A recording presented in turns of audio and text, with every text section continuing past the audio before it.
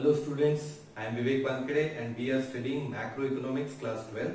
In this now we are going to start our new chapter money and banking. This is an entire unit which includes both the topics money and banking. So we will start with money and then gradually we will move to the banking. Now this unit has a 6 marks weightage in the present curriculum and up to now we have noticed that this has been one of the most easiest unit to score those 6 marks. वैसे तो पूरी macro economics ही easy है, लेकिन ये बहुत ही ज्यादा easy unit है जिसमें 6 मार्क्स आप ले सकते हैं और इसमें से 4 मार्क्स आप इजीली गवा भी सकते हैं। मतलब एक रिस्क भी है क्योंकि आपको पता ही है कि इकोनॉमिक्स में वर्ड लिमिट बहुत कम रहती है। 6 मार्क्स के आंसर को भी अराउंड 100 वर्ड्स में लिखना है। So you have to use the right words to answer the question. है तो easy, लेकिन once you use the right words, then it makes your answer perfectly right. Okay, so we'll start with money, and before we go to the money, we'll start with a topic called barter system. Now, ये आज की बात नहीं है कि हमको चीजों को एक्सचेंज करना पड़ता है। ये कोई आज की बात नहीं है कि हम चाहते हैं कि एक पर्टिकुलर इंसान जिसकी कुछ नीड्स या वांट्स है वो खुद अपनी वांट्स अकेला पूरी नहीं कर सकता। मतलब फॉर एग्जांपल अब आप देखो, सुबह से उठ के जो भी आपकी वांट्स हैं, आपको सुबह उठते से ब्रश की जरूरत पड़ेगी, तो क्या आप ब्रश खुद बनाएंगे, पेस्ट खुद बनाएंगे? चलो मान लो इसमें आपने डील कर दिया, आप नहाने गए, आपको सोप खुद बनाएंगे। आप पानी जो ऊपर टंकी तक पहुंचाना है तो वो पानी की टंकी के लिए मोटर चाहिए, तो क्या आप मोटर खुद बनाने वाले हैं? या फिर आपको बोरिंग के लिए मशीन चाहिए तो मशीन आप खुद बनाने वाले? It's very difficult. मतलब आप देखते चले जाओ तो थोड़े से में समझ आ जाता है कि क्यों ह्यूमन बीइंग को एक सोशल एनिमल कहा जाता है, that we need somebody else to fulfil what we need. हमको जो जरूरत है उसको पूरा करने के लिए हमको किसी ना किसी की जरूरत होती है और कोई ना कोई कहीं ना कहीं आपकी हेल्प करता है, जिसकी वजह से आप आगे बढ़ते जाते हैं। तो कई सारे लोगों को लगता है कि यार हमने लाइफ में कुछ अचीव किया है, ये किसी की भी अकेले की अचीवमेंट होती ही नहीं है। वो हमेशा काफी सारे लोगों के सपोर्ट से ही आगे गया होता है। मे बी कि वो सपोर्ट इनडायरेक्ट हो, शायद उन्होंने पैसे देके काम करवाया हो, लेकिन फिर भी लोगों से काम तो करवाना था ही। सो अब जब पैसे नहीं होते थे, पैसा तो किसी ने तो बनाया होगा ना, रुपी का नोट या कॉइन या कुछ, तो जब ये सब कुछ ऐसा नहीं था तब क्या था? तो आप बोलेंगे कि सर पहले तो कॉइन्स थे, और फिर अब वो मोहनजोदाड़ो मूवी भी देखी है तो मोहनजोदाड़ो में आपने देखा होगा कि उन्होंने वो सोम, मतलब सोने को सोम बोल रहे हैं और वो सोम से सारा एक्सचेंज हो रहा है। उसके भी पहले जब उसको भी कंसिडर नहीं किया जाता था तो क्या था? इट्स वेरी सिंपल कि you do something for me, I will do something for you.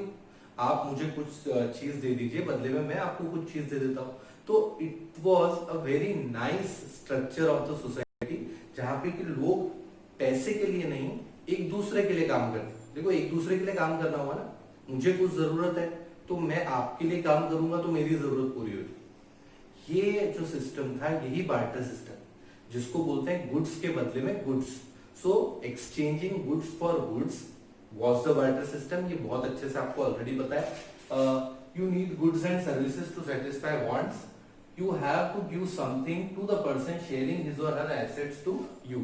यदि कोई अपने assets आपको दे रहा है तो बदले में आपको भी कुछ शेयर करना पड़ेगा। Exchange of goods for goods, चीजों के बदले में चीजों को, सामान के बदले में सामान। इन बार्टर, ये जो exchange of goods for goods है, ये किस इकोनॉमी में होता है? ये बार्टर इकोनॉमी बोलते हैं। ओके, सो बार्टर इकोनॉमी और से economy which is commodity economy. So one commodity for another commodity, जब ऐसे एक्सचेंज होता था तो बार्टर सिस्टम। ये आपने बहुत अच्छे से पढ़ा है, ये आपको बहुत डिटेल में पता है। Now if you want something from mister A must have something you want.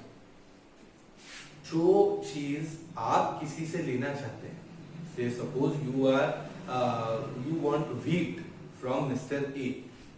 आप मिस्टर ए के पास व्हीट है और आपको व्हीट चाहिए, तो आप मिस्टर ए के पास जाएंगे कि मुझे व्हीट दे दीजिए।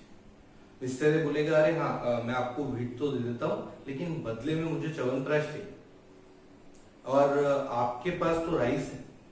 अब you don't have that chyawanprash, now you have rice. Now mister A will say कि इट्स ओके, मैं आपको वीट दे दूंगा, बट कैसे दूं, मुझे तो जो चाहिए वो नहीं मिल रहा।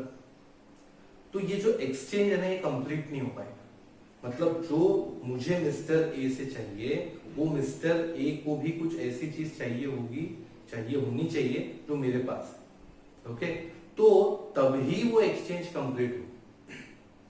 मैं मांगने गया वीट, उसने कहा वीट है, लेकिन उसने मांगा च्यवनप्राश, अब मेरे पास राइस है, तो मैं राइस का क्या करूं? फिर मुझे च्यवनप्राश वाला बंदा ढूंढने जाना पड़ा। मैं च्यवनप्राश वाले बंदे के पास गया, उसने कहा कि आपके पास च्यवनप्राश है? बोले हाँ है। तो मैं कह रहा हूँ कि मुझे आप च्यवनप्राश दे दीजिए ताकि मैं वीट ले सकूं। उसने कहा हाँ हाँ आप च्यवनप्राश ले सकते हैं, पर मुझे बदले में हॉर्स चाहिए। आपने कहा पर मेरे पास तो राइस है, हॉर्स तो नहीं है। फिर आपने अब आपको च्यवनप्राश लेना है, फिर आप हॉर्स वाले के पास जाएंगे। हॉर्स वाले के पास गए और हॉर्स वाले ने आपसे कहा कि हाँ हॉर्स तो है, मुझे राइस चाहिए। अब आप ओके, तो अब आपने अपने पास का राइस हॉर्स वाले को दिया, हॉर्स लिया, वो च्यवनप्राश वाले को दिया, च्यवनप्राश लिया, वो मिस्टर ए को दिया।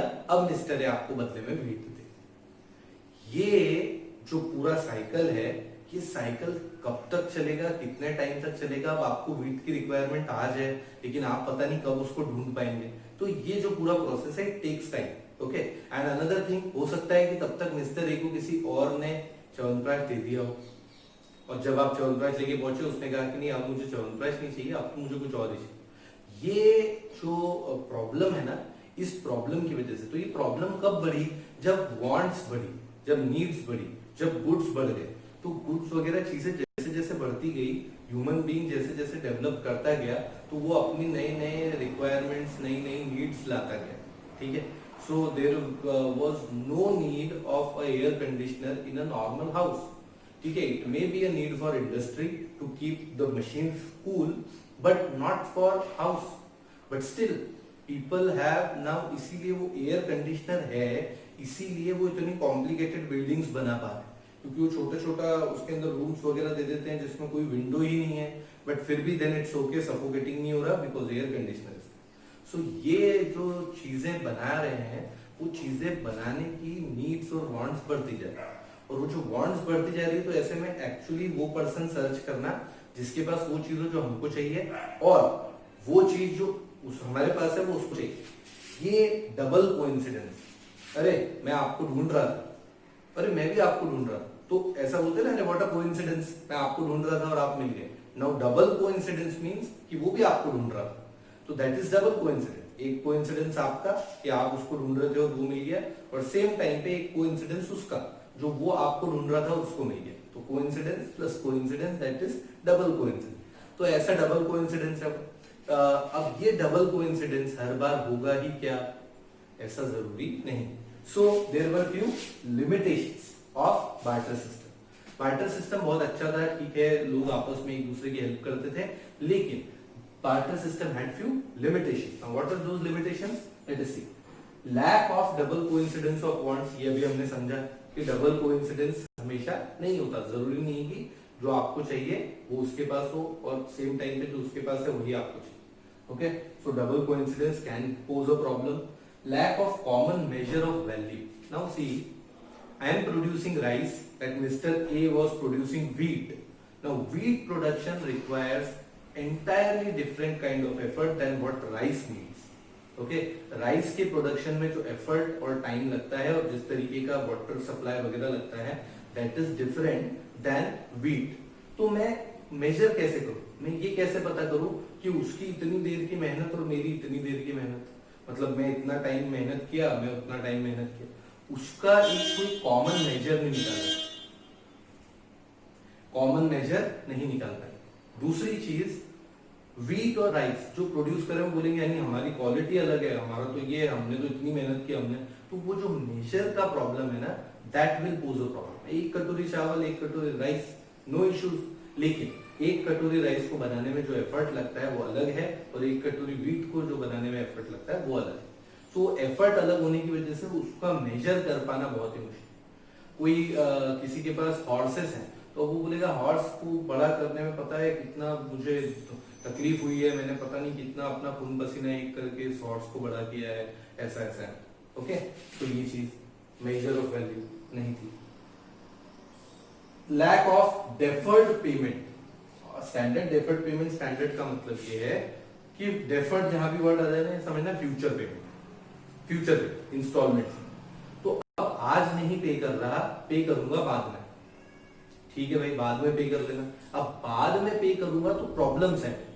एक तो जो क्वालिटी उस गुड की आज अवेलेबल है जरूरी नहीं है कि वो क्वालिटी गुड की बाद में भी अवेलेबल है। Okay, so there is a fair possibility that certain goods they will reduce their own quality, उनकी गुड्स की क्वालिटी टाइम के साथ साथ गिर जाएगी। So when I am giving you something today and you are about to give something after 2 months, but वो quality यदि गिर जाएगी तो फिर वहां पे प्रॉब्लम आ जाएगा क्वांटिटी का कि भाई खराब क्वालिटी की ज्यादा चीजें दो, ऐसा कुछ। तो वो जो डेफर्ड फ्यूचर पेमेंट में एक तो प्रॉब्लम क्वालिटी का है, दूसरा प्रॉब्लम ये है कि भाई किस गुड में आप पेमेंट करेंगे। अब मेरे पास पालक है, ओके, सो स्पिनच। अब उस स्पिनच में क्या रख दूंगा कि हाँ चलो यार ये 2 गड्डी रख दो और उसको 2 महीने बाद दे दे, तो 2 महीने बाद कैसे दूंगा, दो तो खराब हो जाएगी। ये जो प्रॉब्लम है वो डेफर्ड पेमेंट के साथ है कि कौन से गुड से पेमेंट करेंगे। आज जो मुझे रिक्वायर्ड है उसका पेमेंट आप 2 महीने बाद करेंगे क्या किसी और चीज, तो 2 महीने बाद मुझे क्या रिक्वायरमेंट होगी वो सोचना पड़ेगा, वही आपको बताना पड़ेगा। फिर वो चेन स्टार्ट हो जाएगी ढूंढने की कि किसके पास वो गुड अवेलेबल है। तो ये एक प्रॉब्लम था। दूसरा उसकी वैल्यू, टाइम के साथ साथ वैल्यू तो कम होती ही होती है चीजों की। आज जिस चीज, सपोज आज भूख लगी है, तो आज जो मुझे आपकी हेल्प की वैल्यू है या मुझे आज खाने की जरूरत है, उस खाने की जरूरत को मैं 2 महीने बाद से कंपेयर नहीं कर सकता, ठीक है। So value will reduce over a period of time. If I have made something today and I am selling it next year, then definitely the value must be low. आप बोलते ना क्या ये तो उस साल का मॉडल है, फिर इसके प्राइस जरा कम करो, क्योंकि ये लेटेस्ट अभी प्रोडक्शन नहीं है ना आपका। So that comes to the mind की वैल्यू। उस टाइम पे भी ये प्रॉब्लम होती थी, इसलिए फ्यूचर में पेमेंट करने को लेके काफी सारे इश्यूज थे। तो फिर वो बोलते थे मतलब वो मैक्सिमम ट्रेड आज के आज ही हो जाता था और वो फ्यूचर का ट्रेड बड़ा प्रॉब्लम क्रिएट करता था। ओके, इसमें एक और चीज है कि जैसे फॉर एग्जांपल समबडी, अब जैसे हॉर्स का एग्जांपल ले लेते हैं, somebody is trading in horse. अब वो बोलेगा कि चलो हॉर्स तो मैं 2 साल बाद दूंगा, अब 2 साल तक उसको हॉर्स को फीड भी कर, वो हो सकता है कि उसने ढंग से फीड नहीं कर पाया, हॉर्स खराब हो गया, वो उतना क्वालिटी उसकी अच्छी नहीं रही है, हॉर्स की वीक हो गया, तो अब वो बंदा हॉर्स लेके क्या करेगा। ये बहुत सारे problems. So deferred payment was posing a serious problem. Then lack of store of value. अब स्टोर ऑफ वैल्यू का मतलब क्या है, कुछ चीजें ड्यूरेबल होती है, कुछ चीजें ड्यूरेबल नहीं होती। देयर आर सर्टेन थिंग्स जो कि लॉन्ग टर्म में बार बार रिपीटेड यूज की जाती है, and there are other things which can not be durably used for long time. तो अब क्या होता है, जो चीज लॉन्ग टर्म के लिए यूज नहीं हो रही है वो चीज विल पोज अनदर प्रॉब्लम कि भाई अब वो तो अब स्टोर कैसे कर उसको। अच्छा, स्टोर करने में फिर टाइम एंड एफर्ट लगेगा, तो उसके बाद जो वैल्यू है वो बढ़ जाएगी। फॉर एग्जाम्पल मैं कहता हूँ कि चलो ठीक है आपको आज नहीं देता, I will store the tomatoes and I will give it let. तो टोमेटो को स्टोर करने में मुझे डीप फ्रीज वगैरह वो सब कुछ लगेगा, and that will add cost. When it will add cost then I will have to sell it at a larger price, तो फिर मुझे वो क्वांटिटी का फिर से प्रॉब्लम। तो ये जो स्टोर ऑफ वैल्यू है that used to create time. जो हॉर्स वाला बोला ना कि यदि मैंने उसको 2 साल और अपने साथ रखा तो I have to feed that horse for 2 years, तो that will again pose a problem. तो वो जो एक्सचेंज जिन चीजों से होता है वो अलग अलग होने की वजह से उनकी ड्यूरेबिलिटी, उनके स्टोर में टाइम और एफर्ट ये ज्यादा लगता है। तो ये कुछ लिमिटेशंस। अब देखो होता क्या है सोसाइटी में, वो एक आपने फ्रेज सुनी होगी कि necessity is mother of invention. So मतलब जब जब कभी जरूरत पड़ी है ना, तो लोगों ने अपने बिहेवियर में या फिर अपने कोड ऑफ कंडक्ट में या फिर अपने मोरल्स में या इवन रिलीजन में अपने अकॉर्डिंग चेंजेस कर दिए। तो वैसे जब यहाँ पे ये सब प्रॉब्लम्स होने लगी और वो प्रॉब्लम सीरियस लेवल पे सबके साथ होने लगी, मतलब काफी सारे लोगों को ये वाली प्रॉब्लम फेस करनी पड़ी, then they mutually sat together and decided that we have to come out of this somehow। क्योंकि देखो अभी क्या है, अभी जैसे आप किसी को कहेंगे कि यार वाटर क्राइसिस है, जरा कम पानी से नहाओ, बड़े बड़े शॉवर्स लगाते हो, घंटों तक नहाते रहते हो, स्विमिंग पूल जाकूजी पता नहीं क्या क्या है, एक आदमी नहाता है उसके लिए पूरा टब भर के रखते हैं, इतना कुछ है। इतना छोटा सा सोप का एडवर्टाइजमेंट, नहाने का सोप है, उसके एडवर्टाइजमेंट के लिए पता नहीं कितना पानी खराब करते हैं। तो ये इतना कुछ है, तो प्लीज जरा पानी कम वेस्ट। ये आपने किसी से रिक्वेस्ट की, वो नहीं सुनेगा क्योंकि अभी प्रॉब्लम उसकी पर्सनल नहीं है। देख लेना जब भी मास लेवल पे ऐसी प्रॉब्लम हो जाएगी कि जब हर कोई पानी के लिए बेचारा तरस रहा होगा या प्रॉब्लम होगी, that time all of us will come together, we will agree to certain things and then we will decide something कि भाई पानी कैसे बचे। तो जब तक वो कॉमन प्रॉब्लम नहीं हो जाती ना, तब तक चेंज नहीं आता। तो वैसे ही it was a thing with barter system. Initially चला, अच्छा चला, लेकिन धीरे धीरे जब सबको प्रॉब्लम आने लगी और वो प्रॉब्लम ओवरऑल सभी की प्रॉब्लम बन गई, then they sat together and then they sorted out something and then they decided कि ऐसा कुछ चीज डिसाइड कर लेते हैं कि इसके बदले में हर कोई अपने पास जो भी गुड है वो दे सके। So then the process of exchange started where money came into the picture. अब मनी आया पिक्चर, क्योंकि फॉर एग्जांपल यदि if all the humanity agrees कि नेल्स सबके पास रहता है, तो एवरीबॉडी विल अग्री कि थोड़े नेल्स दे देंगे आप, तो उसके बदले में हम आपको सामान दे देंगे। For example if everybody agree, बहुत ही वियर्ड एग्जांपल है लेकिन फिर भी ले लो, आ गया एग्जांपल। तो यदि सबने अग्री कर लिया तब तो एक्सेप्ट कर ही लेंगे, फिर ये मनी हो जाएगा। मतलब if everybody sits together and accept कि भाई this is a money, okay we accept, तो वो जो उन्होंने ना क्या डिसाइड करेंगे ये नहीं पता था, वो तो उन्होंने फिर बाद में सोचा। स्टोन्स देते थे पहले, पत्थर इकट्ठा करते थे, फिर धीरे धीरे वो पत्थर अलग अलग टाइप के मेटल्स में कन्वर्ट हो गए, फिर वो मेटल्स के पर्टिकुलर शेप आ गए, फिर उस पर कुछ स्टैम्प वगैरह लग गए, राजा की मोहरे वगैरह वो जो होती थी। Then after this paper money came into the picture कि भाई गवर्नमेंट आ गई, तो गवर्नमेंट अप्रूव्ड अ पेपर कि भाई ये is a money. And then now electronic money, and आप अपने मोबाइल में मैसेज देख के खुश हो जाते हैं कि मेरे अकाउंट में पैसे आ गए। पहले ऐसा नहीं होता था, दे यूज्ड टू काउंट कि भाई ये तना आ गया, अब तो दिख रहा है ई मनी। तो ऐसा ग्रेजुअल डेवलपमेंट होता जा रहा है, और जैसे जैसे रिक्वायरमेंट चेंज हुई, लोगों ने अपनी एक्सचेंज की प्रोसेस को भी चेंज किया और ड्रास्टिक इंप्रूवमेंट।